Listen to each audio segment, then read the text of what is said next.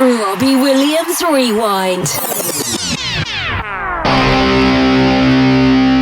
Welcome to Robbie Williams Rewind. We are the champions. I'm Matt. And I'm Lucy. Along with help from special guest fans, we take you on an in-depth rewind through the solo career of multi-award winning singer, songwriter and entertainer Robbie Williams. In this episode, we're thrilled to welcome Robbie's very first drummer, Steve Smiley Barnard. Hi Steve. Thanks for coming around. Good to see you. So we'll give listeners a quick bio to start. Smiley was Robbie's drummer from 1997 to early 1998, playing on his first solo tour and throughout the promotional period for Old Before I Die and Life Thru A Lens. That's right. Yeah. You've written a book about your life in music called Clang Smiley Drops a Few. There we go. Yeah. Plug for the book. Yep. Available on Amazon. Yeah.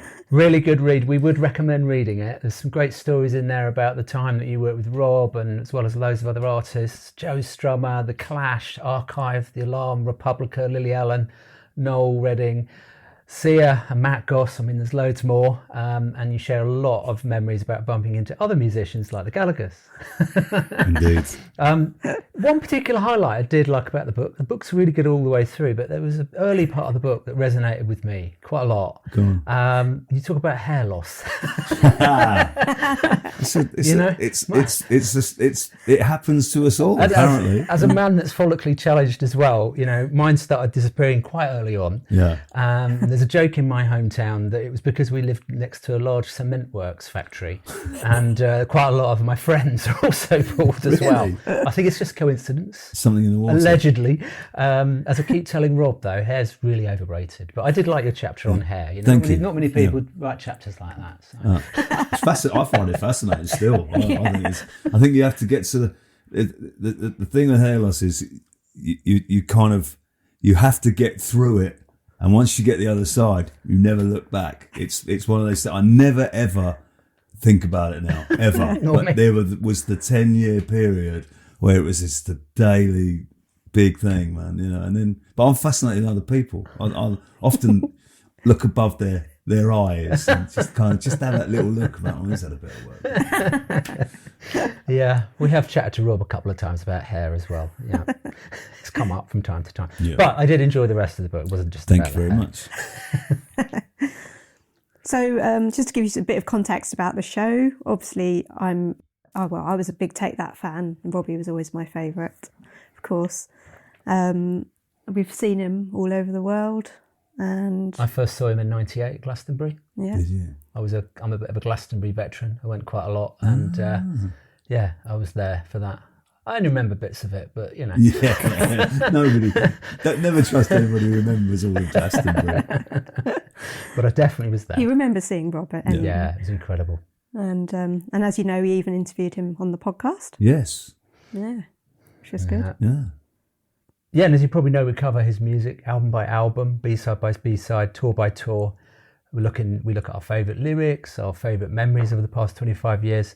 And we have a lot of guest fans and special guests joining us. And they join in the commentary. They also talk about why they love Rob and their best memories. And Lucy's even created a Robbie hurdle as well. So if you know what a hurdle is. No idea. Oh, it's like a game. You press play, and then it plays 1 or 2 seconds of the song, and you have to It's a bit guess like what the song Name is. That Tune. Oh, Name That Tune. Yeah, Yeah, it's but then Name That Tune. you get a few skips. Yeah. You get up to 16 seconds before you run out of time of guessing the song. Oh, I'll have to have a go at that. Yeah. Yeah, so there you go.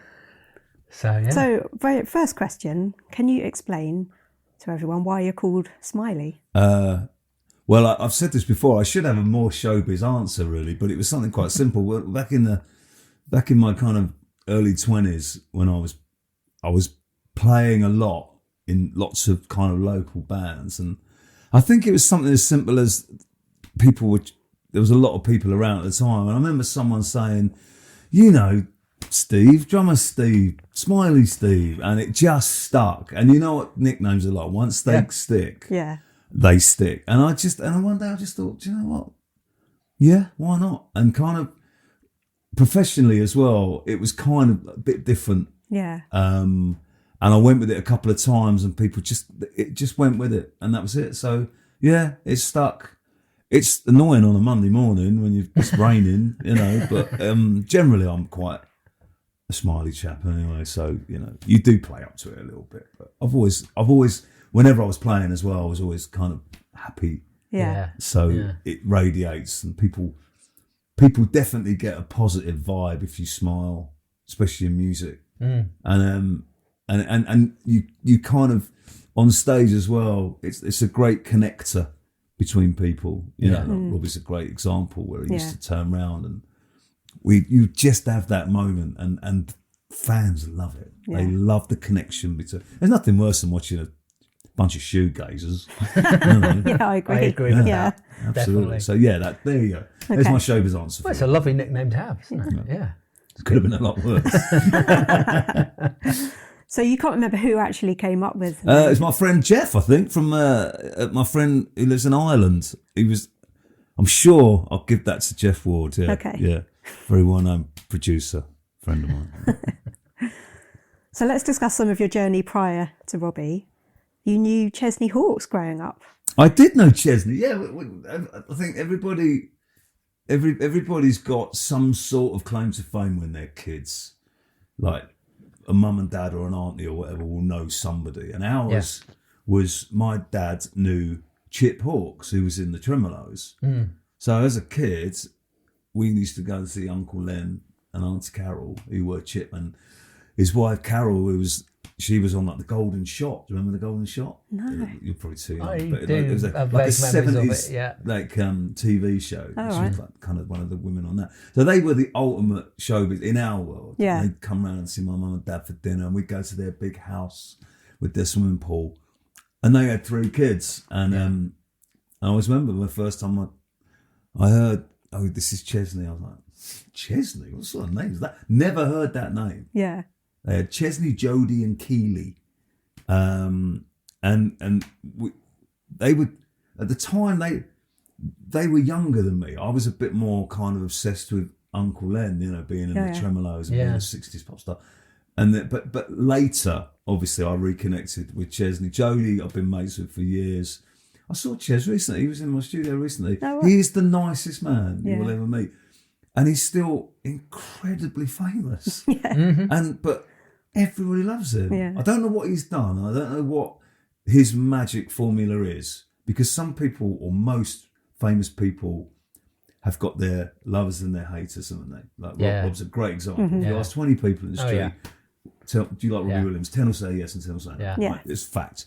Chesney Hawkes gets 20 out of 20. Yeah, And I don't know. The only people I can think of who like that are Ant and Dec. Yeah, I was about to say them, yeah. That's true. But you pick any other celebrity, and so I don't know what it is, but he is just the nicest guy. So yeah, that was our connection, Right. and I played some drums for him and recorded some stuff for him over the years. But it's just, I'm just very proud to call him a pal. Really, Yeah. he's lovely. Yeah, he's great. Yeah, I think Rob was with him recently in LA as Yeah, well. I know. Yeah, well, as I say, I think he lives in LA, Right. So Because he I used think- to live in Chertsey, didn't he? Yeah, he lived in Chertsey. I knew him when he lived in Sunningdale. But he moved to LA, I don't know now, like 15 years ago. Oh, okay. Right. So I think he's pretty well known out there, and I Yeah. think he knows Rob from there. Right, I see. Pretty small community, LA. Yeah. So one of the first bands you were in was called Spin Out with Zach Starkey, Ringo Starr's son, Yes, Gary Roberts, Russ Abbott's son, yes. and Gary Nuttall, Gary Nuttall. our very own Gary Nuttall. So Yes. tell us about that, and how did you meet Gary and the others?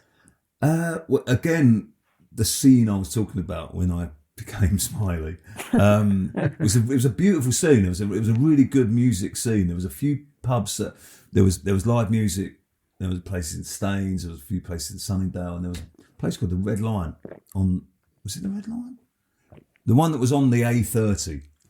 And I was in a covers band called What's Next, and we were like the official Monster Raving Loony party band. But also around that time was Spin Out, and I'd never met them, and we were kind of playing alternate weekends, and then someone said to me, "Do you want to come and see him? Zach Starkey's playing drums." I was like, "The Zach Starkey?" And anyway, went down, and there he was. And it was a pretty powerful night because he's obviously brilliant anyway. But there he was, son of Ringo. But all I can remember thinking was, he's great, but that guitarist is incredible. Mm-hmm. The good-looking, John Lennon lookalike. And I met him afterwards. This is Gary Null we're talking about. Yeah. And he was the sweetest guy. He was just the sweetest man. And then I think their drummer pulled out of something and they asked if I would do it. And yeah, there were some great nights. Sitting behind Zach Starkey for starters. Yeah. Who is a better guitarist than he's a drummer. He's incredible. And, Yeah.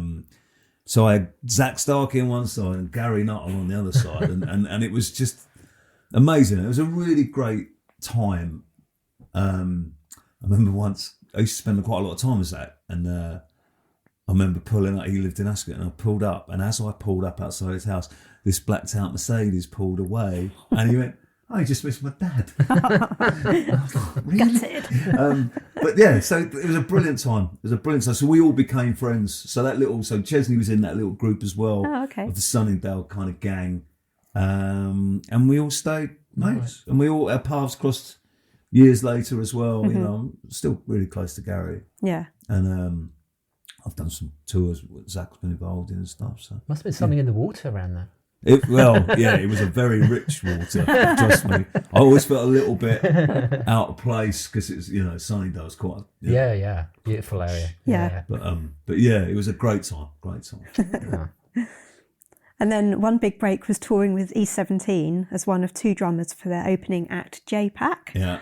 So tell us a little bit about that crazy period. Well, that was strange because that was there's actually a story just before that. Okay. That I think I joined an agency like around that time. I think a lot of people were going, you should be a session drummer, blah blah blah, blah. And I think I got a call. I got kind of given a number, and I joined this agency. Like, everybody was doing it, and then one morning I got a call to say, "Would you like to be on the Big Breakfast?"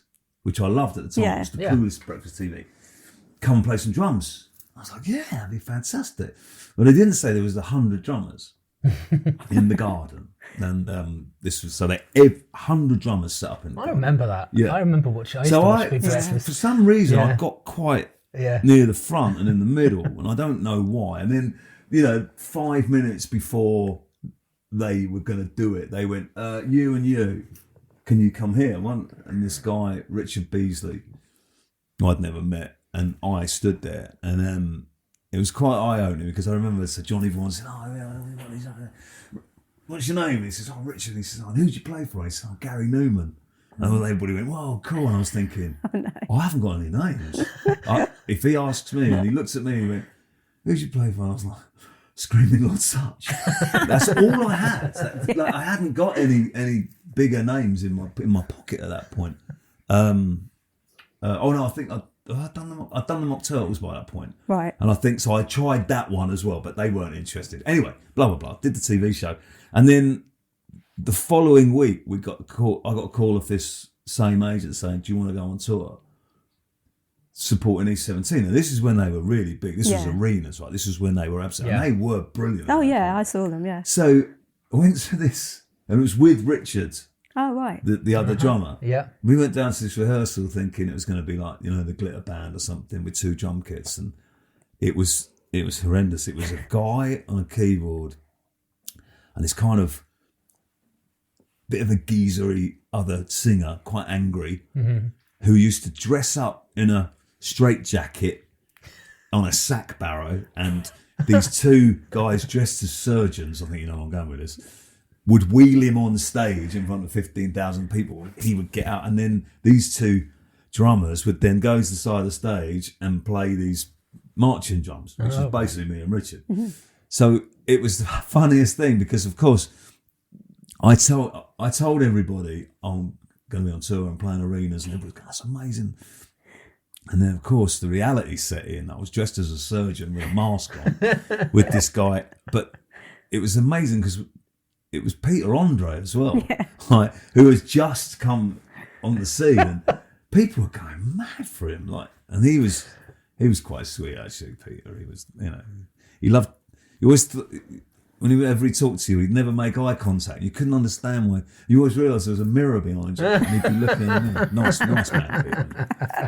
So I went off for 6 weeks around England and Europe playing Wembley, and although it was a very small part of it, being this kind of pretend drummer, I've got a proper taste for it, and I got that Roy the Rovers moment where in Germany, I was watching these 17. They had a full live band, and it was the first thing I'd ever seen like that on an arena tour. It was incredible. And then one day I was standing watching the sound check, and the guy said, "You're a drummer, aren't you?" And I said, "Yeah." He went, "Our drummer hasn't turned up. Do you want to play the sound check?" The Roy the Rovers moment. Nice. And I played one of their songs, and it was incredible. And I thought, this is it. This is it. And so that was kind of my first real taste. And ironically, well, I'll let you ask the next question, but that was the tie-in to how I got the Robbie job. Yes. So right. I'll let you work the rest out. That's our next question. Well, so your agent then asked you to do a free session for a couple of guys in London. Yes. And one of those turned out to be Phil Eisler. Phil Eisler, yes. Who happened to be recording with Rob at the time. Yes. And then a week later, your agent got you an audition for Rob's band. Really? So was it Phil that got you that audition? It was technically, because when the agent asked me, he said, do you want to audition for Robbie Williams? And I knew, I was really aware of Robbie, and I loved him at that point. I loved him in Take That. Do you remember him on The Big Breakfast? Yes. Oh yeah. One I was there one morning. Ever. Yeah. Because he just didn't go to bed. there, Told weren't me you? years later. He said to me, I just didn't go to bed. And by day 5, he was completely ready. That was the best bit of telly ever for a week. It was amazing.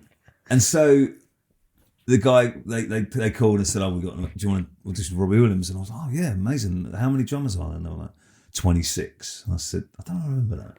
And I said, oh, what number am I? And he said, 26. Anyway, so went to London and got shown to the canteen, and there were like 4 other drummers in there with Walkmans on, Right. listening to these 4 songs that they were giving all the drummers. Yeah. And then some of them are writing all the music out, and I was thinking, I can't be asked to do that.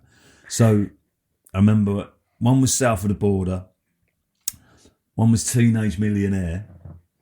Not sure what the other 2 were. Anyway, I just wrote on my hand, fast, medium, slow, fast. That's all I did. Sat in the canteen, and then eventually they were like, oh, do you want to come down? And I walked in, and there was Phil Eisler, and he went, hey, he's here. Here he is.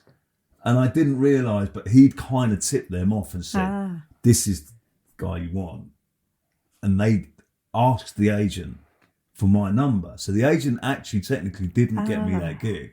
There was a little disagreement a while later about compensation commissions. But that's I think in life, the classic sliding doors moments. Yeah. And I got the biggest slice of luck that day because they'd been doing it all day without Rob. Yeah. And they going through, and Guy Chambers was leading it and stuff, and Phil was playing, and they were all coming in and doing the songs. And then when I walked in at 4:00, Robbie walked in. And the place just went mad, and this ball of energy, and they all rose to it. Yeah. Hey, mate, how you doing? Great. And I walked in, and he said, hey. I went, hey, how you doing? He went, yeah, good, how are you? I went, yeah, good. He went, should we do some songs? I was like, yeah. And I sat down, and he was buzzing. And Guy said, well, Rob, what do you want to do? He went, oh, man, let's do Teenage Millionaire, which I'm sure you're aware of. Oh, yeah. It's like, absolutely love Teen that. Spirit, isn't it? Yeah. So started with that one. So he was just, and so the band raised their game. Yeah. And I just went with it, and he bounced around, and he gave it everything he had, because that was probably the first time he performed it with a band. Mm-hmm. So he was excited, I was excited, and I think we did South of the Border, and it was just brilliant. And then Guy Chambers said, could you come back tomorrow, because we're doing guitar auditions. I said, yeah, it'd be great. Thinking, I've got this. Yeah. So as I said goodbye to Robbie and said goodbye to everybody and walked down the corridor, and then this voice just went, hey, Smiles. He said, are you going which way are you driving? And I said, he said, will you give me a lift home? So in my old Fiat Uno, if I remember rightly, Robbie Williams, right? So we chatted like pals. And then as we got to a traffic light, some guy hit me up the backside. No. Right? So the car shudders. I was like, oh no, what happened there? What happened there? And the guy gets out and he leans in and he says, I'm so sorry, mate. I went, you're all right. He went, oh my God, do you Robbie Williams? He goes, yeah. He went, I'm so sorry. He went, you're all right. You know, and I was like, this is weird. And then kind of dropped him home. He said, I'll see you tomorrow. And if I remember rightly, I don't think he came in the following day. Right. Mm-hmm. And the following day was guitar like auditions, and I was stunned. It got to lunchtime, and there'd been like 9 or 10, and none of them were particularly good. There was a couple who were okay, who I later found out years later. They were like, "Oh yeah, I was one of them." I think the two were great that morning. Yeah. Murray and Paul. I'll just go with that. But the rest of them were awful. So we had lunch, and I sat opposite Guy Chambers, and I said, do you know what? I know the perfect bloke for this. And he went, really? I remember, and he just went like that. He just gave me his phone and gave him a call then. So I rang Gary Nuttall, and Gary Nuttall, well known to everybody, never got up before lunchtime. Right? He was quite famous for it. And he was in bed. And so the answer phone went, and I just said, Gaz, if you can get yourself down to John Emery's this afternoon to this Robbie audition, you'll walk this. And he famously heard it from upstairs, came down, listened, and said, I can't be bothered. I went back to bed for like half an hour. And then 3 hours later, he walked in the door.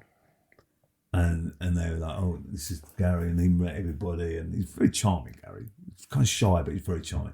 And I just said to him, just overplay everything. Just do all your Pete Townsends and everything. Yeah. And we all know how good Gary is. Oh, and yeah. he got it. And then that was it. And then to just to finish the day off. So I thought, this is great. I've just landed Robbie Williams, my best mates on the guitar. What could possibly go wrong? And they said, Smiley, there's one more drummer to audition.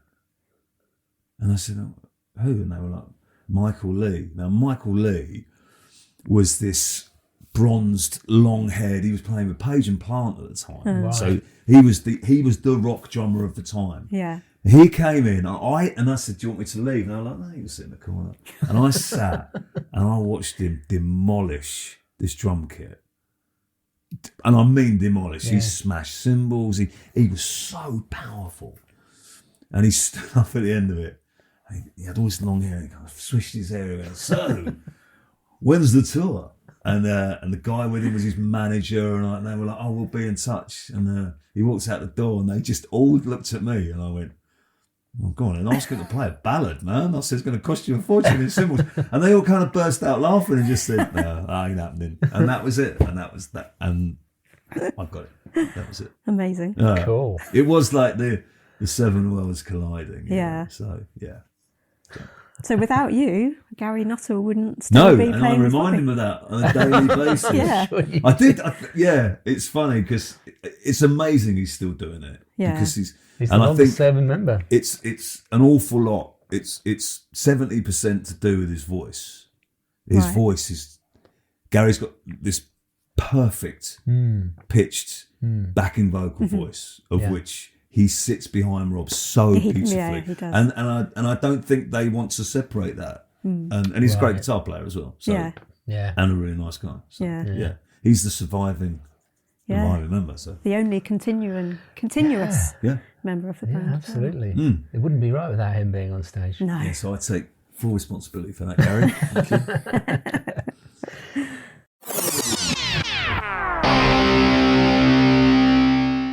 Hi, I'm Robbie Williams, and you're listening to Robbie Williams Rewind with the Champions.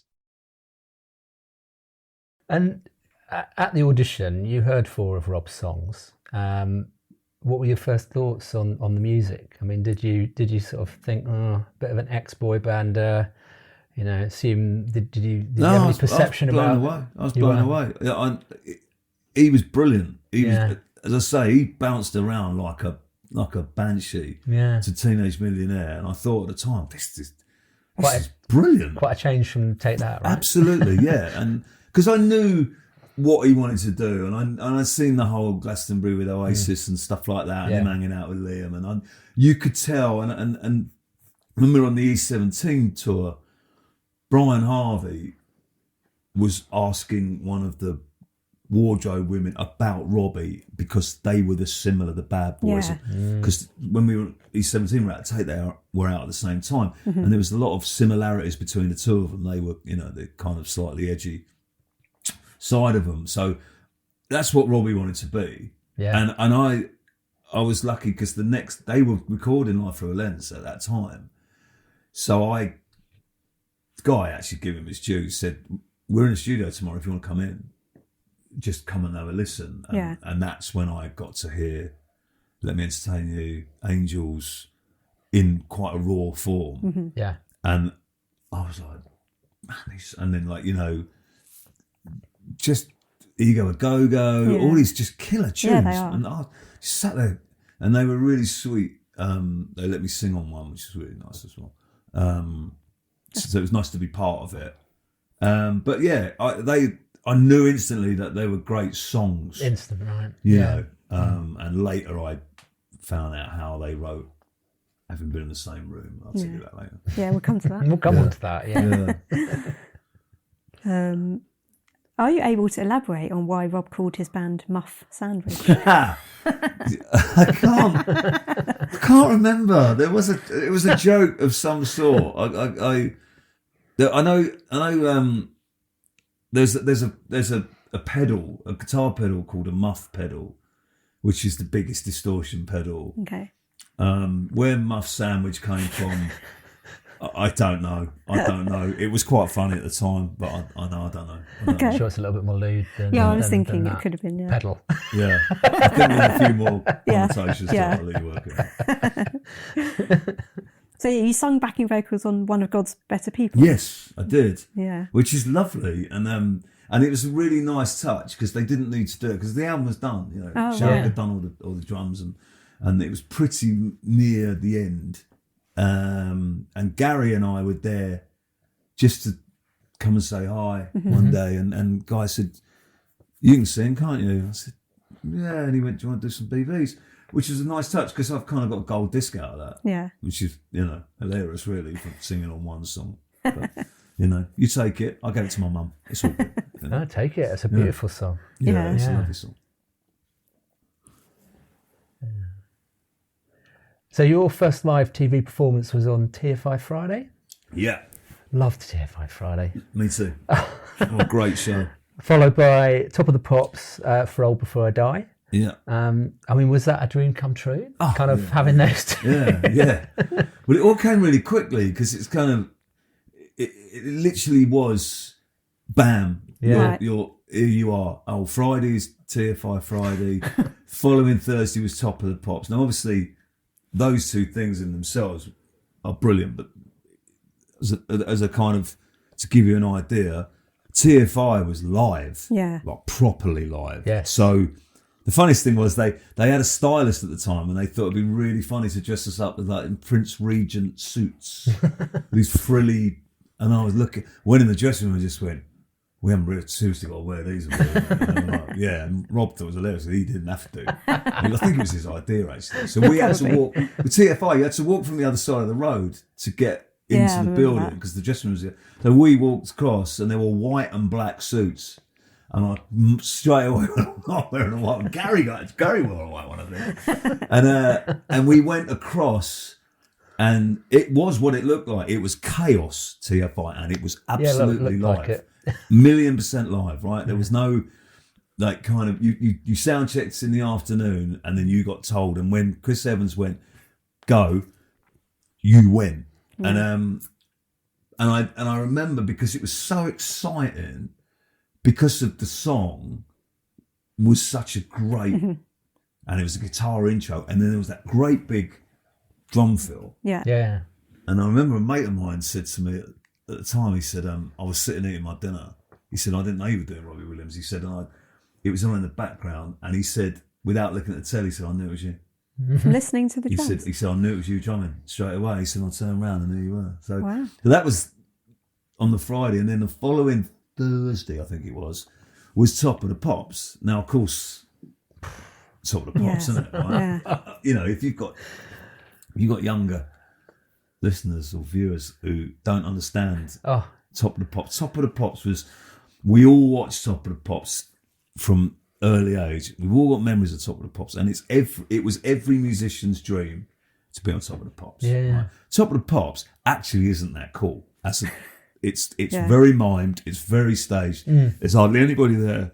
You think there's 500 people, there's not. It's 50, and it's camera angles, and it's very mimed, and that was my first mime. Never mimed before in my life, so I had to. how does that work on the drums? I mean, I'm not a musician, right? They So put I don't really dead know. pads. Okay. So it's like that. So you are actually hitting, but So you're it's just hitting giving it, you a and dead it's sound. making that noise. Right. Everybody else is just miming. It used to be funny because later on when we got to doing the promo for Angels, what they used to do is put another trick. They would put a cymbal on top of a cymbal, Yeah. which would make that noise. So he would go, I sit and wait. I'll do that. And it used to, and all you did was doink, and then doink, clank, doink, doink, clank. And it was really, you got to be good at it. I was terrible at miming. I was awful. I used to do this thing where I would pretend to be smiling at somebody, and it was someone caught me actually afterwards going, who the hell are you smiling at? There's no one over there. But of course on camera it looked great because you were kind of, everybody was having a great time. Yeah. And I let that secret out once and everybody just went, we all knew you were fake. But it's very sterile. Yeah. We got to play Top of the Pops a couple of times live, which was great, but it was that period where they were kind of experimenting with it. But it's actually a bit like the book. It's not about you being on Top of the Pops, it's about you being in the dressing room when they're in that dressing room there, that dressing room, and you're just a kid. Yeah. You are Charlie in the Chocolate Factory. Like every room you walk past is a band or a singer famous, right? Yeah. And where they did Top of the Pops was where they filmed EastEnders. Oh yeah. So Yeah. when you went in the bar, there were all the EastEnders. Like, I met Barbara Windsor and like Martine McCutcheon. Yeah. Barbara Windsor walked towards me and I just went, oh my God, it's Barbara Windsor. She went, hello, my darling. And I went, can I have a hug? And she went, of course. And I just thought, this is just the greatest moment of my life. And then, of course, you would try to tell people these stories, but of course, it was. I was like a kid because I was so excited. Yeah. And of course, it's very hard not to come across as you're bragging. Yeah. You're not. You just want to share You it. just want to share it. So of course that novelty of, your mum telling your mum you're on Top of the Pops and telling your Auntie Marion and it goes along the line, it wears off quite quickly actually. Right. People got very blasé. As I tell you again, but for that period, like a blacked out Mercedes would turn up outside my house, and I'd just get driven. The record company would just send the car for you. It was a heady. I at the time I thought this isn't going to last forever. I'm going to make milk this, and sure enough, it didn't. But yeah. So heady days. It was great. And then I'd like you to tell us about what happened at the ITV Sports Awards. Right. That's quite a funny story. Yeah, so by that point, we were getting a bit blasé with everything because it was all a bit of a laugh at this point. We've been in Europe. I think we've been doing some promo out there, and I'd got told off for being too close to Robbie because we just used to mess about because he was my pal and we would go play football and his attention span is that of a chip. So we had fun, and of course a lot of the time we were messing about while we were playing. And that Sports Awards thing. So it was a room full of sports stars, and we were on the Lightning Seeds one. And ironically, Zach was playing drums. And I remember, these are great showbiz stories. They're all in my book. I remember like Louise Redknapp was there, and I got chatting to her. She's like, do you want a cup of tea? Oh, I like Louise. Sat and had a cup of tea with Louise Redknapp telling me that she didn't like football and that Jamie and his dad were a bit dull, something along those lines. But then so we went on and we played Old for a Die, and all I remember thinking was Rob had this little look in his eyes, little mischievous look, we're doing this, and I remember because I was supposed to be doing a pub gig that night over in Overton near Bainstoke that I used to do all the time. So I wrote on the drums, "Hello Overton," because I knew all my friend over there, and "Hello Mum" or something like that. And as we got to the very end, he turned round, and I thought, what's he doing? And he just launched himself into the drums, and the drums came back, and I flew off the stool, and I hit my head, and obviously blacked out for like 10, 15 seconds. And as I opened my eyes, the band had gone. Eureka Johnson was doing, so the award for, top British tennis player. And meanwhile, I'm just sprawled on the floor. Cameras have gone back round. No one helped you. Waited. No one helped you either. No one helped me at all. And I kind of walked back really groggy to a room of laughing people who thought it was the funniest thing ever. Someone said it was on YouTube, and you can, when it was on the telly, you can just see it in the very last second where he launches, right, and they're panning back. But yeah, it was that could have gone a lot worse. Yeah, but yeah, did it break the drum kit? Oh yeah, it was hired. Yeah, he broke half of that. Yeah, I remember them saying, "Do you want to hang out and party and meet all these famous people?" And I said, "No, I just want to go home." Yeah, I really was like the next day. My head was killing me. So yeah, little bugger. And so Rob had been to rehab, and you two used to play backgammon for hours. Yes. We're wondering how helpful were you to Rob's sobriety during that period? Well, I kind of got. And tell us about the backgammon. I kind of got given the job, but he after the Old for a Die promo, and we went to Europe and we were bouncing around, and he was, he clearly had a bit of a problem. And the thing with Rob is, and I'm sure he would be the first to admit this, he was like he had classic addiction where he would just, if there was 10 or something, he would take, if someone had 2, he would have 5 of anything, drink, drugs, whatever. And he was getting a bit out of control. And I know we all know the stories that, I think Elton John was the one who grabbed him. And but anyway, we got a message saying after the Old Before I Die stuff had finished, that he was in rehab. And then about 6 weeks later, they brought Lazy Days out. And we got a call, Top of the Pops again. And I was in the canteen standing behind Phil Mitchell, if I remember. And this guy just went, "Hey, Smiles." And I looked.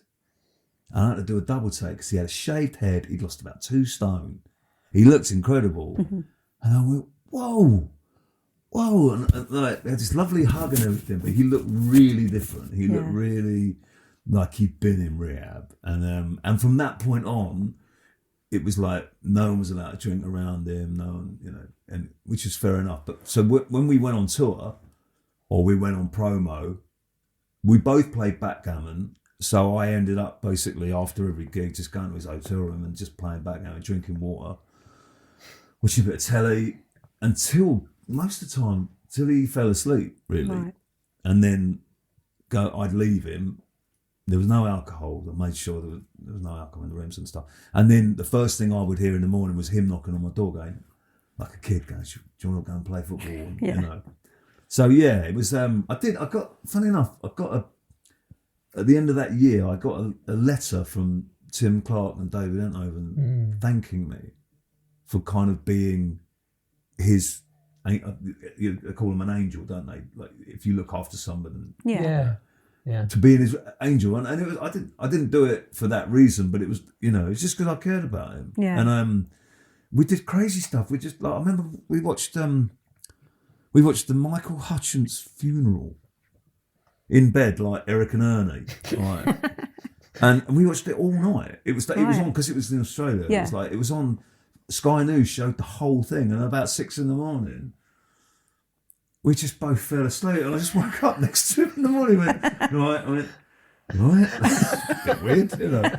But we were really close. We were really good mates, and it was lovely. And but I could see the embers starting to burn about. He was becoming more and more famous. Yeah. As the entity, whereas the actual songs weren't going that well. The album, Life Thru A Lens, was bombing. Yeah. And he changed his mind. They changed their mind about the third single, which was going to be "Let Me Entertain You." So I was like, "Yeah, here we go. This is going to be brilliant." I'm going to do South of the Border. I was like, "Really?" Yeah. But then obviously, Angels. Yeah. You actually ended up in the South of the Border video. I did. Yeah, it was that was a 12 hours I'll never get back. They're not fun. No, Rob those hates days. it as well. You are set in a scenario and they film you from every angle. So and you got to kind of make it look like you're really into it. And you know, my famous Grammy-winning moment of mopping my brow and spraying my forehead. It was. You know, it's nice because it's stuck in time, isn't it? You know, you are in that video, and very you iconic. You think your kids would be proud, but they're not interested. No. So then we got to do that, and then I remember him coming on the tour bus and saying, "Oh, do you want to see the video for Angels?" And we were all like, "Yeah, amazing!" And he played it. And we were all like, and he was like, "What do you think?" And we were like, no one liked it. No one liked it. Nobody thought him walking down the beach, a helicopter and all that. And everyone was going, it's a bit rubbish, isn't it? But we all knew the power of the song. Yeah. Like everybody. Yeah. And they held that until just before Christmas. Yeah. I remember playing it to my dad about like 6 months before, and no one had heard it, and I had it on a cassette. And I was like, "Dad, have a listen to this." Yeah. He's like, "Cool, that's good, isn't it?" I went, "You'll be singing that in 30 years." That's good. And it did. It was like literally, it propelled him. Yeah. And he went literally overnight from like worried that he was going to lose his deal because Life Thru A Lens only sold about 30,000 copies. Yeah. And then we did we did the lottery show. Remember that on Wednesday night? Mm-hmm. I was sitting behind him going, sit and wait, doink, you know. And I remember the woman from the record company said, when it comes to this point, Rob, wink into that camera. You know how he does. Yeah. And I sit and wait, you know, like that. And then the chorus came and you just knew. It was like, whoa. Yeah. This is a monster. Mm-hmm. And then I think we did a couple of Top of the Popses with it, and you know, Richard and Judy, all that kind of stuff. Yeah, amazing. And you actually wrote one song together called "Love Is Shit." Love Is Shit. Well, his words, not mine. Yeah, we just had a couple of hours in the hotel room, and there was a guitar, and he went, "Oh, you play, don't you?" I said, "Yeah." We just started. He was so creative, like he was always. This is why him and Guy was such an amazing musical combination, because Guy is a genius musically, right? Yeah. Proper genius. He can write scores and Yeah. amazing musician. I was a fan of his when he was in the Lemon Tree. So Right. when I met him, I was like, wow, you're Guy Chambers. I've met you before. So the combination was incredible. Mm-hmm. But Rob never stopped. He was always coming up with ideas, and Guy would basically take these ideas and go, that's a G, that's a C, and start and mould it. So on this afternoon in Germany, he went, let's write a song. Yeah. And we did write a song. And this, although he called it Love Is Shit, I don't know why he called it that. and famously, I always remember it, we had it and it sounded great. It was a fully done song. And I think he even wrote the words down. And then Andy Franks, the tour manager, came in with Guy Chambers into the room. And Rob went, "Oh, we've written a song. We're going to play it here." And I got the guitar and I saw Guy Chambers. I was like, "Uh-oh." And he went, "Hey, play it. And so we played it and we sang it. And Andy Franks said, "That's really good." Guy Chambers famously went, he leaned over, he took the guitar and went, "You can go now." And I knew, like, oh, I really shouldn't have done that. Because I think it was a bit like I was treading on his... Yeah. You know, trying to muscle him. I wasn't. I didn't want to write a song with Rob particularly. It was just that he asked me to. So never saw the light of day. Oh. Should have been bigger than Angels, but Do you remember how it went? it was nicked from She's a Star by James. Oh yeah. So that she's a star. It was love is shit. I remember that. And I remember saying to him, "Have we not nicked James?" He went, right. So there you go. Well, I bet if you asked Rob, he couldn't remember it. Yeah, probably. Yeah. So in your book, you said that the sped up version of Back for Good was your idea. I take full responsibility. Is that for really that. true? That's true then. I still maintain. Like, we were in rehearsals for the tour. I think it was the Princess Diana concert, wasn't it, that you played it Memorial first? concert. Oh yeah. Well, before that, because we did it on the tour, and I think we were doing it every night. I can't. Yeah, you remember. did. You did play it every night on tour. Yeah, I think me and Phil Eisler actually. I won't take full, but I think Okay. we said we should do a punk version of this, and Robbie's eyes lit up. Yeah. And then when we did do the Princess Diana concert, the rivalry with Gary Barlow was at its worst. Yeah. Robbie was trying to, and he went, "We'll definitely do it. We're gonna do that punk version," and we did. Yeah. And much to Gary's amusement, backstage watching it, because there's footage of him watching it on a TV screen, looking at it, and I always remember that. But it was. I take full responsibility. Me and Phil, I think. I love that version. I prefer it to the original. It's on a B-side. Yeah, it is. Yeah, In fact, it's on the new Life Thru A Lens, I think. it is. Yeah, Which I haven't got. Most fans that we speak to like that version. I just prefer it when I love Take That, but when I'm at the Take That concert and they do Back for Good, I just want it to be the sped up version. Yeah, you're waiting for the big version, aren't you? Yeah. You know, he played it with them at the Brits in 2016 when he got his Brit Icon Award, and the other three members of Take That gave it to him. And then they sung that version together. So Gary sung that version with the Robbie. punky version? Yeah, the punk version. Really? Yeah, Came full circle. It's cool, isn't it? It is. Yeah. It's nice that they're all friends. Yeah, it is. Yeah. Isn't it? And so, was it your suggestion that the warm-up gig for Rob's first tour should be in Woking? It was. My wife at the time, the first of my wives, she worked at this place called The Planets, which is like an entertainment place. And they were just talking about, we need a warm-up show. And I was just sitting there and I went, there's a place in Woking, you know. And they were like, and they just all, the production manager picked up on it really quickly. He's like, where is it? And I said, like, so-and-so. And then he came back 20 minutes later and I've just Googled it. He said, that, you know, what's your in? I said, oh, well, my wife works there.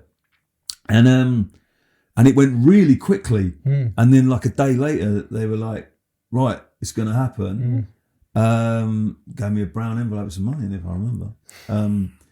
But then this will show you the scale that Rob was on at the time. They didn't sell it out. No, they I tried. remember that, yeah. Because I went to Southampton and London on that tour. Did you? Yeah. We'll come to that. We'll come into that, yeah. And so the Woking one was a last minute addition to the tour, wasn't it? Because they announced the dates. I got a lot of friends in. Yeah. So most people already had their planned dates. So they didn't. I think they sold 700 tickets or whatever, but it didn't go off the shelves. I think it was like, if you've got some mates who want to come, they can. Right. And I remember I had like quite a few kind of cool for school mates who I thought, they're going to hate this. It's Robbie Williams, and they loved it, and they loved him. And he came in afterwards, and they all go, oh man, it's so great to meet you. And I was like going, really? I thought they'd be a bit too cool for school, but they loved him and he loved them, and it was like they loved the show, and it was like, oh, okay, he's got this. Because I always said years later he became that guy that all blokes wanted to be him and all women wanted to sleep with him. Yeah. Yep. That was, and there aren't many like that. No. In fact, name me another one, apart from David Beckham. Yeah. There you go. Or Brad Pitt. Yeah, so Southampton. Here we go. Yes. We actually have a shared moment in time. Do we? Yeah. Were you there then? Oh, here we go. So in your book, you mentioned when the tour bus broke down on the motorway. Yeah. Well, I was actually following the tour bus in the car.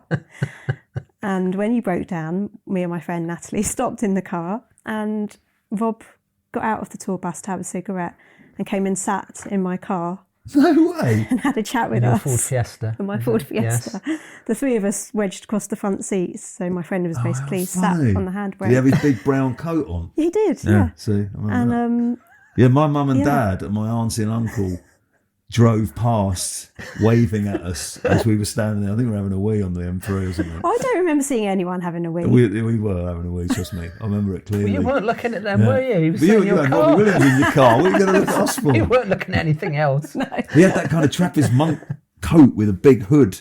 That Yeah, big brown thing yeah. he used to wear all the time. He's the only person I've ever allowed to smoke in my car as well. Oh, there you go. There you go. But the funny bit was that when he got out and went and got, because a replacement bus came along, didn't it? Like Did, a yeah. little pathetic They're little always mini breaking down bus. tour buses. So he went and got on that. So we thought, we can go now. My car wouldn't start. So then I had broken down. Hey, should have got on the bus. But anyway, I don't do the stalking anymore. Just to put that out there. That was a moment in time. Yeah. But yeah, it made me laugh when I read that in your book. There you go. The Green Flag Man wasn't very happy for being called out for Robbie Williams. No, because we were all Really. like excited telling him that Robbie Williams had just sat in the car, and he's just like, it's 1 a.m. and you've, because of that idiot, I'm having to fix your Yeah, car. it's all your fault, Rob. Yeah. We talked about that one, didn't we? So you were there when Rob and Guy wrote Strong together. Yeah, on that tour, on that bus, not the one that broke down, the next one. That was where I got my first kind of real. I watched it happening, because that was a good time, because that was where they were kind of writing the second record, and I was watching them write it, and like so they sat downstairs on the bus, and I happened to be, I can't remember where I was down. I think the kitchen was down or something. I was just sitting down there. I was on my own, and they came down, and Guy with an acoustic guitar and Rob with a pad. Yeah. And I went, "Oh, do you want me to leave?" And they went, "No, you're all right." And he sat there and he just went, "My breath smells of 1,000. And he just sang it, right? Yeah. Before Guy had even heard it, he sang it. Right. He sang that whole song. Wow. And then Guy worked out what the chords were.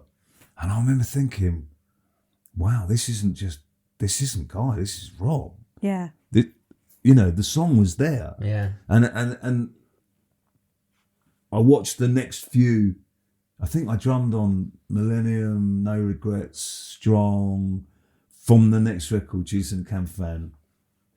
Ironically, we recorded all those at Chesney's. Oh. Yeah, because they said, "Do you know a studio locally?" And I went, "Chesney's got one," and we went to Chesney's. Yeah. I don't know why I remember that. But then we did it properly later, because we were doing B-sides and we did some demos that do. But I remember doing Strong.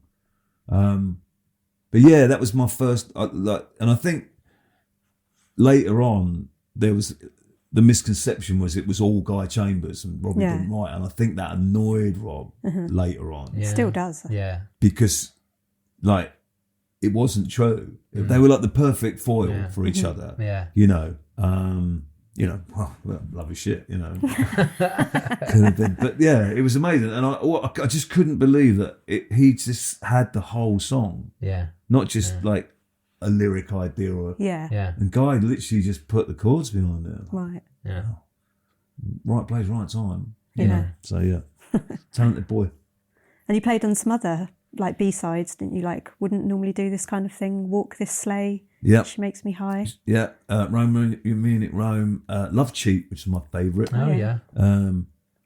And the great story about wouldn't normally do this kind of thing is that the episode of Friends that Monica and Ross do the routine, Oh, Yeah. yeah. Remember that? the music that when they walk into the club is that track. With So you playing on it. technically, I am in Friends, and my wife Kerry thought that was the coolest thing. I was told her that, and it came on recently as well. And I was going, this is it. And she's a bit cooler now. She's not impressed anymore, but at the time, she was amazing. Well, we're educating our kids on Friends at the moment. So Oh, we've right. taken them through we've taken them through Only Fools and Horses, haven't we? Oh. Faulty Towers they weren't too Excellent. keen on. You're educating But yeah, we're them. getting into Friends now. They weren't too keen on it to begin with. I think Chloe's picking up on it. She's 12, Luke's 15, so Oh, they But will. we'll make sure we signpost that when it actually comes on. And the routine is one of the greatest bits of telly ever. Yeah. Ever. You know, it's funny because Friends is on all the time, but we've worked out in our house that it's the perfect dinner back, to put Friends on. Yeah. To eat your dinner to it. Yeah. It doesn't matter what one it is or where they are. It's so funny. And the routine came on the other day. It's exactly what we're doing, isn't it? Yeah. Every dinner time when we can get it in. So what was the atmosphere like in the band when the sales were initially a little bit low but disappointing? Did you, I mean, you mentioned it earlier on, did you all believe that Angels might save the day? Well, there was a moment at the lottery, and I was sitting, we'd done our sound check and all that, mime check, and I was sitting with Guy, funny enough, and he kind of was head in hands kind of thing, and I was like, "You're right," and he said it's a disaster. He said the album's not selling. He said, I don't think we're going to get a second album. I think they're going to drop him. And I said, Guy, you've got Angels, man. Like, he went, yeah. Well, I went, dude, that's going to change your life. I'm telling you now. And I was right. Yeah. Wasn't the hardest prediction to make, but but I remember saying it to him, and just like, you really have got nothing to worry about, because that song will just propel. Yeah. It's such a great song. Yeah. And just it's, they don't come along very often. No. The time, the ones that stand the test of time, that and Them Entertain You, were both, when I first heard them, it was just like, wow, this guy's got something special. Yeah. Because when I met Rob in the car, that was what he asked us. What do you think of Angels? Did he really? Yeah. And that was like 3 days after the album came out. So that was the song he wanted us to give the opinion on. They held it back. And they knew when they were going to release it. And I think they knew what they had, but the others they're starting to, it was going downhill. Yeah. Yeah, there you go. And then in February 1998, you received a call to say you'd be playing with Rob and Tom Jones that week at the Brits. However, it all changed very quickly. And you received a different call, didn't you? Best day. No. Well, it was. If you could kind of have the most grounding day of your life, where the day started with a call saying, we're doing the Brits on Wednesday, this is Monday, I think, with Tom Jones. And I went, whoa. And we're doing Round of 1,000 Dances, da-da-da, whatever it is. Okay. And we're rehearsing tomorrow or in the next couple of days. Yeah. And I'm like, wow. And I rang my mum and went, Mum, guess who I'm playing with Thursday? She said, Tom Jones. She went, your auntie will be proud. And, that kind of... And then it was like, wow, this is so cool. I'm doing the Brits. Yeah. The Brits, right? This is, wow, doing the Brits. And then that evening, the phone went, and I was still buzzing about the Brits. And it was Tim Clark. He's got such a beautiful voice, Tim, anyway. And I loved him. I still love Tim. I spoke to him yesterday, actually. And he said, Smiley, it's Tim. I said, hi, Tim, how you doing? Great news. When you think back to moments where you're really enthusiastic about something and you don't know what's coming. Yeah. And I was like, Tim, what fantastic news about the Tom Jones thing. It's going to be amazing. And he went, yeah, Smiley, listen, I've got some bad news. And I had no idea. And he went, I'm afraid, how did he word it? Guys decided to use Chris Sharrett. Now, Chris Sharrett was my favourite drummer already at that point anyway. Right. I met him and I loved Chris Sharrett. I still think he's my favourite drummer. But that moment was like, and Tim said, I'm so sorry. He said, and I don't agree with this, but I am just so terribly sorry. He said, I think he said, we'll pay you for the next 6 months, but that didn't really matter. Yeah. And then in the next 2 hours, all the band rang me one at a time, which was really nice, saying, I can't believe this. And I was getting kind of more and more, like, kind of, it was sinking in, and then Guy rang me and said, "Hi mate, blah blah blah. Listen, I'm really sorry, but it's going to get really heady now, and I really need Chris because Chris is one of my best friends." I was like, "Whatever, okay." Yeah. And then Rob rang, and he went, "Hi mate," He went, "How are you?" I went, "Yeah," and I was annoyed by that point. Yeah. And I remember because he said, because everybody's been going there, and it was like, well, yeah, but, and then all these people saying, "I don't agree with it," tour manager, production man. And it was like, is somebody going to stand my ground here? And he said, "I don't agree with this, but I have to go along with it." And I was like, "Why'd you have to go along with it?" Because it's your name on the front of the record.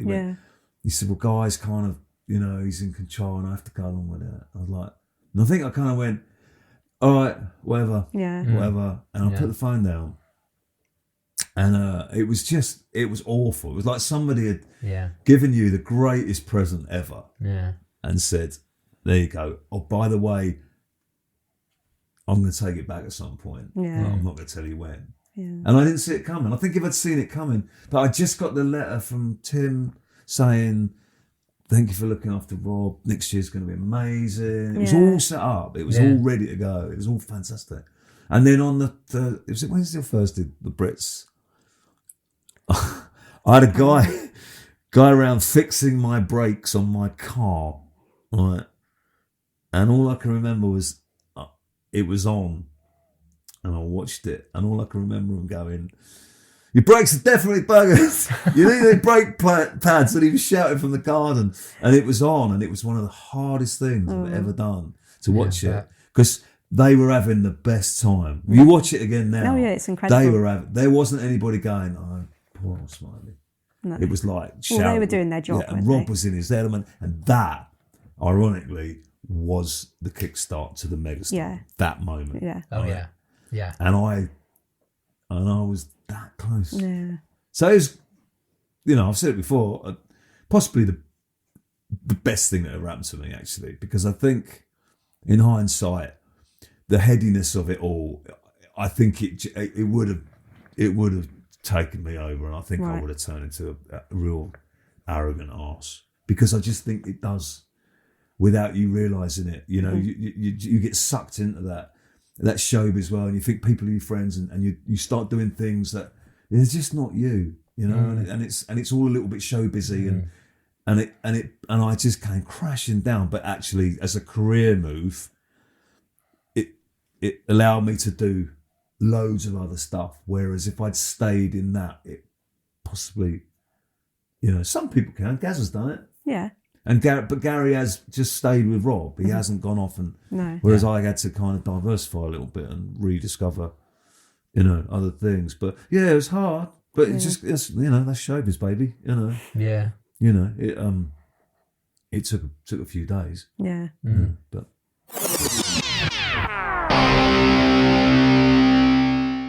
Hi, I'm Robbie Williams, and you're listening to Robbie Williams Rewind with the Champions.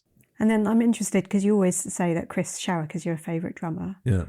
What is it that makes him your favourite? I loved him when he was in the Icicle Works years ago, before Rob, and I just loved him. And then he started playing with World Party, who I loved as well. I remember going to see them, and just loving his playing.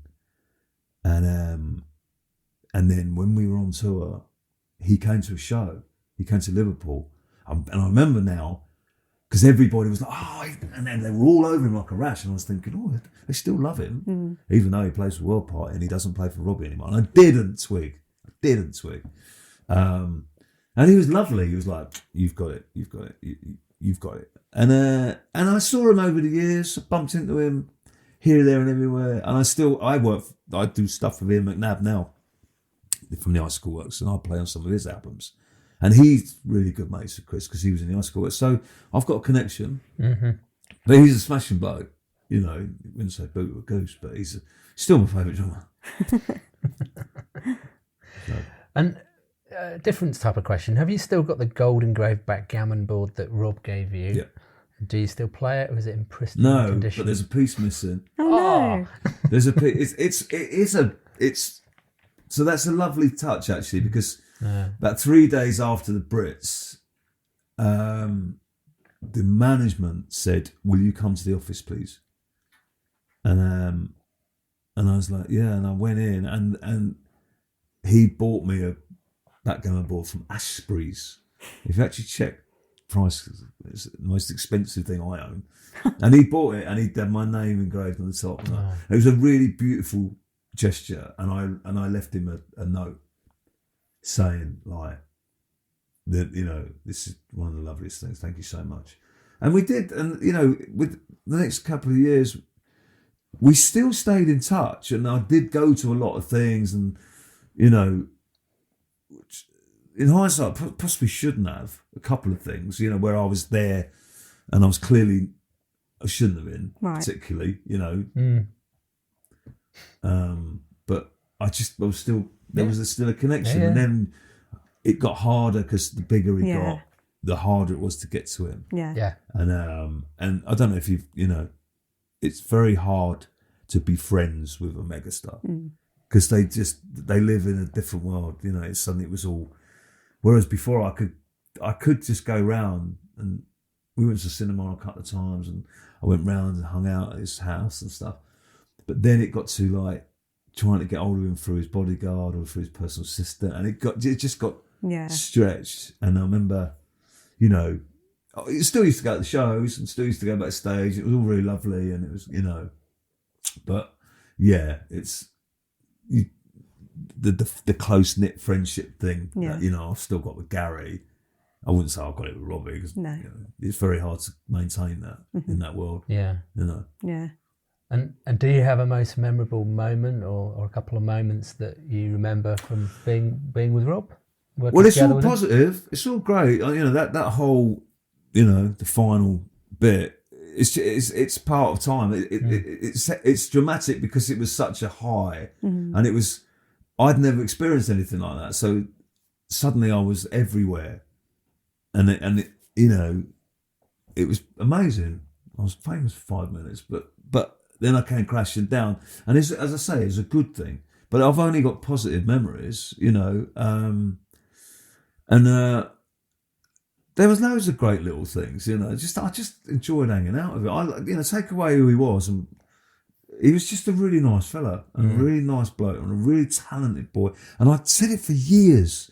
I always felt like I was justifying him to people. I was always saying to people, he's the talent. He's the one who's writing these tunes, and people go, Guy Chambers is a genius, right? Yeah. And he is one of the cleverest musicians I've ever met. But Robbie was brilliant writer, and I tried to tell him sometimes, you know. Yeah. But I stayed close to Tim Clark, so I have got an in. And when David was alive, David Entover, and David put me up for quite a few things, and I loved David. David and Tim managed Archive. Oh. So they got me Archive, which is now 20 odd years. Yeah. So they would come to shows, and the other boys in Archive would say, like, you're like teacher's pet, they love you, don't they? I go back years with Tim and David. So when David died, that was the last time I saw Rob. Yeah. And that was a nice moment because I went on my own, and so I got to this big church, and Tim was at the door of this church, and I thought, this is great, I can get to Tim before I get in, I can say hello. And as I walked up the driveway, this Bentley turned up with Bob 1 on it, and I was like, and then Rob got out, and I was like, this is bad timing, man. Yeah. I wanted to get to Tim, and what do I do? You know, still a bit, I haven't seen him for years. This is awkward.com. So I got to Tim, and he was like, I'm so pleased you're here. And I was like, yeah, lovely to see you, Tim. And then turned round, and Rob was there, and Tim was there, and I was here. And I was like, well, what do I do? You know, it's like, here he is with his manager, and he said, hi, mate, to Tim, and I had a hug, and he looked at me and went, hey, we had the most lovely hug, and And I said, how you doing? He was like, yeah, I'm all right. I went, yeah. I said, in the circumstances, obviously. Yeah. And he said, yeah. And I said, look, it's great to see you looking so well. I said, and the kids and everything, I'm so proud of you. And he went, thanks, mate. Should we go in? And he's wearing a pink suit, by the way. And we walk in and there's like 700 people turn around and look at him. Of course. And looking at me with Rob. And at that point, he says, by the way, he said, I love your music. And I went, really? And he went, yeah. And I couldn't do anything. I was in the funeral, so I just kind of thanks very much. And then that was a really lovely moment. And afterwards, we missed each other about 3 times. We kind of went to each other, and then somebody else got him, and and in the end, I was like, I'm not going to follow him around. I've done my bit, and I haven't seen him since. But Gaz is always with him, and then whenever I speak to Tim, I always say hi to Rob and everything, and I always send him an album and all that kind of stuff. So, so I think there's still a connection. I think, people say, oh, do you still know him? Well, you always know somebody, wouldn't you? And I think there's only ever been positivity. I've never I haven't got an ounce of regret. No regrets. Yeah.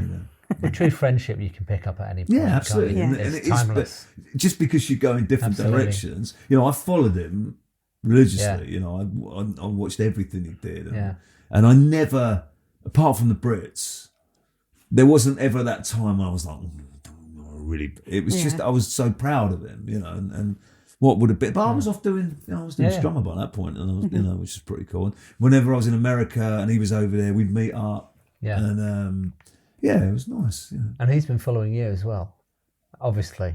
Right. We know because Rob's got a mega brain, and he follows fans, and he'll meet, when we used to have the chat room, or when he meets people, he'll go, oh, you do that thing, you're doing that run next week, incredible. Like Rain Man. He's a bit of a voyeur, but he is a bit of a Rain Man. So, that's so nice. What a nice memory to have. Yeah, nothing but positivity, and and I love him to bits. And the only thing that was hard over the years when people were digging him out, and when he was going through a rough time. I sent a couple of messages via Tim and David, just saying, just tell him, I love him kind of stuff. But I've got nothing but love for him. It's so cool that you were trying to sort of fight his corner in the years when the press just didn't want to tell that story. Yeah. People knew. I'm pretty sure that people knew and they were aware. Yeah. But they didn't want to tell the story about Rob's talent. No. It was always he was the classic. He was the next one in the line, wasn't he? To be set up. Yeah. I was watching a George Michael documentary last night, and it was just scary. And that was him. He was the next one in the line, and he was showbiz fodder. He was there, but you knew that they were going to shoot him down. And as I say, when it was bad for him, and the press were after him. Some of the stories he used to tell me about the press waiting for him, and we had it a little bit. You'd spot them, and we got chased a few times when we were in Italy, and they were on motorbikes, cameras, and everything. It was scary. It was having to smuggle him out, and I remember thinking at the time, man, I don't yearn for this at all. Yeah. Like he's like, I just want a day off. Don't want to sign autographs today. Didn't you pretend to be Rob once when you came out? Yeah, I seem to remember in the book. No, I had to go under the blanket and get through this raging crowd all pulling at me whilst he got in the back of a post office van and met us 200 yards down the street. Who's the same height as him? I was like, you are. So I was wondering, you talk about different drummers like, you can pick out Chris Sharrock as your favourite. How do drummers actually differ from each other? Because to me, it's just all different. Sounds like the beat. Yeah, they've all got different styles. Funny enough, my favourite drummers, my favourite British drummers, were all Robbie's drummers. Jeremy Stacey as well, who's played on loads, is a fabulous drummer. Jeff Dugmore, he played on All Before I Die. Chris. So I was, that was my greatest claim to fame. The moment I was most proud of my career was when Ian McNabb sent me a message saying my top 5 drummers, and it was those 3 and me and one other, and I was like, how on earth have I got in that 5? Because they were my mecca. They were the ones that, and I was in, because I was working with Ian, and I was like, wow, that's enough. Forget all the the showbiz, to be in that bracket and be respected by somebody who's worked with all of them. Oh, and Zach was the other one. Oh, right. So yeah, me, Zach, Jeff Dugmore, Jeremy Stacey, and Chris Charrett. Wow. And I was like, and that moment, I don't know why he sent it to me. I didn't ask him. Yeah.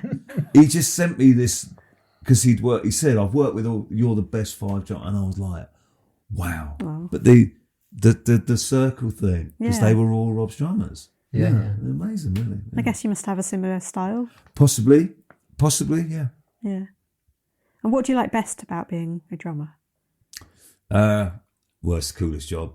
You get to see stuff because you're higher up. You can control things. You haven't got the pressure of the frontman thing. Yeah. But I've got control of everybody. You start things and you stop things. So you're the one who's, I don't know, it's just very, very cool. Everyone loves drummers. Drummers are the coolest. Yeah. And it's a cool job. You hit things with sticks. So it's a very nice thing to say, what do you do for a living? I play drums. But then you can back it up. So yeah, it's cool. It's just cool.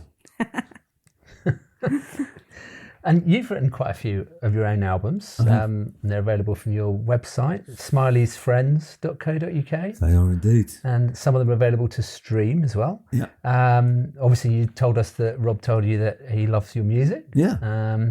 Do you enjoy writing and recording your own songs? Love it. Well, I've got a studio, and again, if I go back to, the moment I lost the golden job, but really that was like being dumped on the street, like from a fairy tale, and then you have to pick yourself up, dust yourself down, build yourself back up again. And so rather than just be a drummer, I knew I had to diversify a bit, because you can't be on tour 52 weeks of the year. You can't play with everybody every day. And I always kind of scratched the surface with writing, and I could play other instruments, and it just naturally enveloped over the next kind of few years. Started writing a bit, and then we started recording. And I was always fascinated in the studio with whoever I was playing drums for, of the whole process. And I would sit and I would stay around and I would watch and I'd learn, and I just kind of one day I just like self-appointed myself, I'm producer now. But I did. I got it very quickly, and I having watched some fantastic producers, I learned really quick. Guy being one of them, I learned a lot, and then I learned that actually I'm quite good at this, because I'm quite a good communicator. So people were coming in the studio and they were like, we really like working with you because you get the best out of us, and that just enveloped over the years. So I've produced I've written about 45 albums on it. Right. It's not paying the mortgage yet, but it's that's a nice thing to. It's obviously work. People have come back. That's always a good thing. But it's only taking experiences from others. Yeah. And situations I've been in, I've just watched. In fact, only last week, I'm going in to do an album with Gene Loves Jezebel next week, and they are using a guy called Pete Walsh, who's a really famous producer, because he did Scott Walker and Simple Minds and all that. And so I said to Pete Walsh last week, can I shadow you? Well, can I just sit and watch you? And he was like, well, you're there anyway, playing the drums. I was like, yeah, but I won't get in your way. I was like, yeah, sure. And then, because I've been playing with Tony Visconti as well, who is the king, I messaged him last week as well and just said, next time you're in London, can I come and shadow you? And he was like, yeah, of course you can. I was thinking, this is great. I'm just going to go and sit and learn from these absolute legends. Wow. You're always learning. It's the best way. Always learning. So, even if you just pick up one little thing, There was a producer years ago, a really famous guy called Larry Page, and he was like the Kinks and the Trogs, and mega famous 60s guy. And I was lucky enough to work with him, and he kind of took me under his wing a little bit. And I remember watching, not so much technically, but just his mannerism and how he made people feel. If you get a band in the studio, you know, you've got to decipher very quickly who needs an arm round them, who needs a bit of a kick up the arse, who needs pampering, and who needs you can do better than that.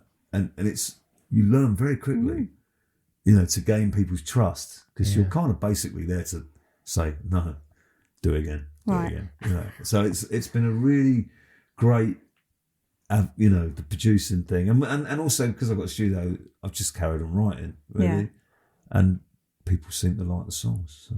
And you've recorded with a lot of your friends in the industry. Yeah, well. The joy of the friends thing was it's like a bit of a favour for a favour. So like I just thought I can ask anybody, and everybody will say yes, because everybody loves music and everybody wants to be part of things. So, you know, I remember one of the albums, I thought I'd use different singers on every song. And I remember just thinking, I had a mate at the time, a guy called Alan Thompson, who was a DJ for BBC, lovely man. He's not with us anymore, but he was a beautiful man. And he said, let's not be shy, let's go after some names here. We know them between us. And we got Ian McNabb on there, we got Richard Archer on there, got the guy from Archive, Mike Peters is on there. And it was like, who dares wins, Rodney? Go on. Just, if you don't ask, you don't get. And I would say, do you fancy doing some singing on this? And they go, send me the track. Yeah. You tentatively send it. They didn't all say yes, by the way. Oh, okay. But most of them did. And they go, yeah, fantastic. And then they sing on your song. Yeah. You know? And then by that point, it's like, right, I'm just going to ask everybody. Gary Nuttall, yeah, can you come and play us some songs? You know? It's been just every musician I'd ever met, you know, they all love playing. So nice. I was really, blown away. So let's see if we've got this list right then. Smiley's friends in high places. Yeah. Smiley's friends in far out places. Yeah. Smiley's friends on Sunshine Corner. Yeah, which is what the studio's called. Right. Yeah. Smiley's friends Eclectic Masters. Yeah. Smiley's friends in the Afterglow. Yeah. Smiley's friends in the Sixth Sense. Best of Friends 2021. And you've got one just coming out. Yeah. Puzzled, or just come out. Just come out. I think it's out like today or something like that. Yeah. Puzzled. Yeah. And what's the inspiration for Puzzled? Where did that come from? We love 2021, by the way. That's one Thank thing. you. I know we said that off air. Well, 2021 was... We've both was, been listening to that. That was really written during lockdown. Yeah. So I was obviously very lucky to have the studio there. So yeah. So I was really pleased with that. And then with Puzzled, I wrote a lot of it on tour. I went away. I had kind of 3 tours back to back. I did the Tony Visconti Best of Bowie. I did The Alarm, and then I did Gene Loves Jezebel. I did American tour with them. So I had a lot of time on my hands, and I just started looking at things slightly differently. And there was a couple of dark times. I was in America, and it was very dark, and I wasn't sleeping particularly well. And at like 4 o'clock in the morning in America is really not a very nice place to be, because you're very alone in a motel and stuff. And I just started writing these kind of slightly darker things about mental health, and not me particularly, but well, if I'm feeling this, what were they? And I lost a couple of friends over COVID. A couple of people took their own lives, and just a bit of a reality check, really. So anyway, I wrote all these songs, and there was a bit of a theme going through them, a bit more of a kind of looking at the slightly, edgier. And my daughter, this is weird, and I still don't know why this, but my daughter is 13. She doesn't really take that much notice of what I do, if I'm honest. Yeah. It's a very blasé house. Well, that's what Lars is like. He's got another album out, whatever. Yeah. I was exactly the same, aren't they? And doing an interview with Robbie. Oh, well, yeah. Exactly. Yeah, exactly. So she said, she came in the studio to do something. She wanted to play the piano or something. She said, and she just out of the blue, I hadn't told her anything, I hadn't played her anything. She went, your new album? And I said, yeah. She went, you should call it Puzzled. Ah. I said, why? She went, I don't know. That's a good title. And then she walked out the door, and I thought, it's the perfect title. If you look, it's about a person being puzzled by, like, kind of, life, kids, marriage, like depression, whatever, but looking at other people. and it fitted. And so I got it done, and I showed her, and I just went, look. She went, all right. Just totally not impressed one little bit. Yeah. Yeah. Typical kids. Yeah. So who are you playing with next? Okay, so what am I doing at the moment? I've just done The Alarm. I've just done their new album and a tour, which was great. So the new album's really good. Next week I'm going in to do the new Gene Loves Jezebel album, going to Wales. Then I'm doing Ian McNabb's album, which would be great because I love Ian. Then later in the year I'm doing Archive. They're going out for a couple of months in Europe, which is going to be fab because we haven't been out for 4 years because of COVID and stuff. Yeah. Got bands coming in the studio. I just did a band from America. They were on the tour we were in last year, and a band called Strange Cities from San Francisco, and they were brilliant every night. And I think I drunkenly said to them on the last night, "You should record your album in my place. I'll do it for nothing." And a year later they got in touch and said, like, we're really up for flying over. So they stayed in Fleet. They stayed in an Airbnb in Fleet, and they came in Not a Premier Inn. 7 days, and they got spotted a lot because they looked like a band. Right. And a load of people were saying, "You got a band in at the moment?" Like, from America. Like, yeah. And I'm like, we've seen them in Sainsbury's, we've seen them in Frankie's, you know. In fact, even Kerry, my wife, she saw them and she hadn't met them yet, and she introduced herself. She said they just looked like a band. So they were great. I've got a few singer-songwriters in. So yeah, it's good. It's still bubbling nicely, and the balance between the studio and producing and going out on tour and playing for other people, and I kind of play drums for people in France and America from my place. So it's varied, you know. So yeah, it's all good, man. It's all good. Yeah. And we haven't asked yet, but do you have a favourite Robbie song? Robbie song? Yeah. Could be anything. Wow. I always loved Love Cheat. Yeah. Because not just got played on it, but I always remember it. I was there and we recorded it in a day, and I just remember it just being such a brilliant, Love Cheat. Of all the big ones, Let Me Entertain You is a classic. Yeah. Yeah. Ego Go Go I always liked. Yeah, same. Yeah. There's some crackers. Yeah. I think, you know, what was the one? Hot Fudge, I think. Is a belter. Love that one. Yeah. We both Absolute love that. Yeah. belter. In fact, I think Love he the made vibe. a real mistake with that because he never released that as a single at the time. And I think they took a couple of those out. A lot of those albums, like there's some absolute killers on them, and it all got a bit lost because he was so prolific. Yeah. Like, you know, the second and the third album, just, you know, he was banging them out. You know? Yeah. Literally, and he was gold, and you know they all came from him. Yeah. If you are watching this, Robert, still your biggest fan. But yeah, there are some absolute, you know, probably like any legendary songwriter, Yeah. it will be when he dies that people will go, "Oh my God, he was one of the greatest songwriters."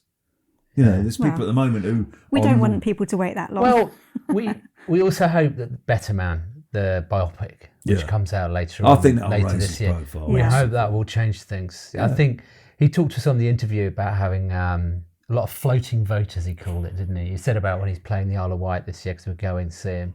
He said, "Oh yeah, there'll be a lot of floating voters at the Isle of Wight." He goes, "I like the He doesn't challenge. care. I'm going to go and care. how did he describe it? I'm going to go and I'm going to go and slaughter it." That's it. Yeah, that quote ended up in all the papers. Yeah, I'm going to go and and he will. slaughter it. And he will. And when know. you said earlier about the fact that the first time you saw him was at Glastonbury, Oh yeah. he did that then as well. Yeah, because they were absolutely. ready to shoot him. He turned down that whole day. crowd around. Every single And he went on person. and he just stood there. Main stage, he had it. He'll be brilliant at the Isle of Wight. Yeah.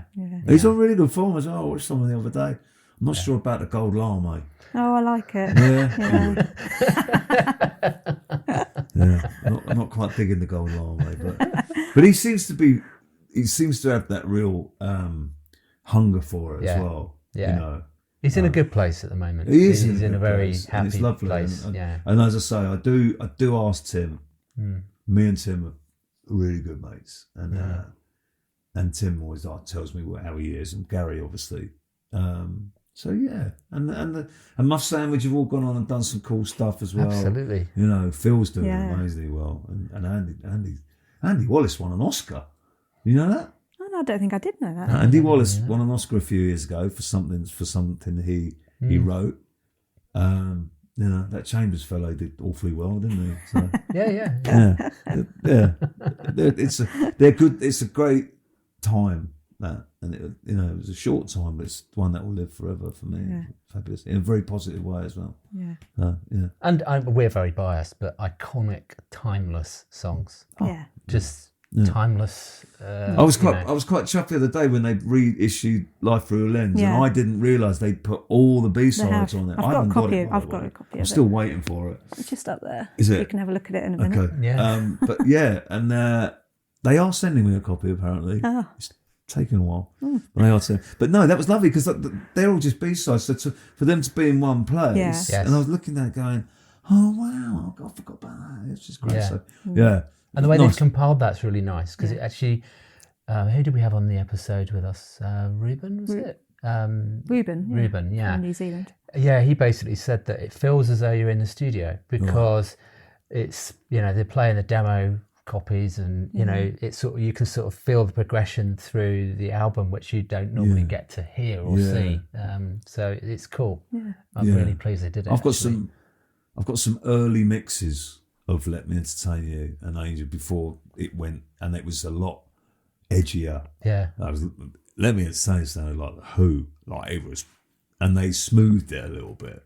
But I've got a couple of sneaky cassettes somewhere. I'm sure I'll auction them one day.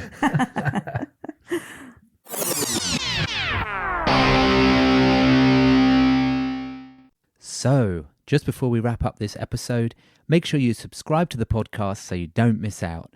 And also, Lucy and I would really appreciate it if you can leave us a star rating. You can do this on both Apple and Spotify podcasts. We would also love it if you could write us a short review, and you can do this on Apple. Don't forget, you can check out our episode notes for each episode and links to all tracks and videos at robbiewilliamsrewind.com. You can also email us at email@robbiewilliamsrewind.com. Please also follow and chat on our social channels. It's @RewindRobbie on Twitter, Instagram and TikTok. And you can also like and follow our Facebook page, Robbie Williams Rewind. And before we return to this episode, you might also consider sending us one of your own Robbie stories for the show. Just record a short audio clip on your phone and email it to us. Please check the website for more details. Thank you.